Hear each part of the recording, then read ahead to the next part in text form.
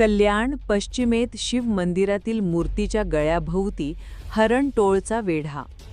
कल्याण पश्चिमेतील गंधारी जवळील Lodha garden society आवारातील शंकर मंदिरात शिव-पार्वती मूर्तीच्या गळ्याभोवती 5.5 फुटी हिरव्यागार सापाने वेढा घातलेले दृश्य पाहून उपस्थितांमध्ये भीतीचे वातावरण निर्माण झाले होते. मात्र सर्पमित्राने निमविषारी सापाला सुखरूप पकडून जीवनदान दिल्याचे पाहून उपस्थितांनी सुटकेचा निश्वास टाकला.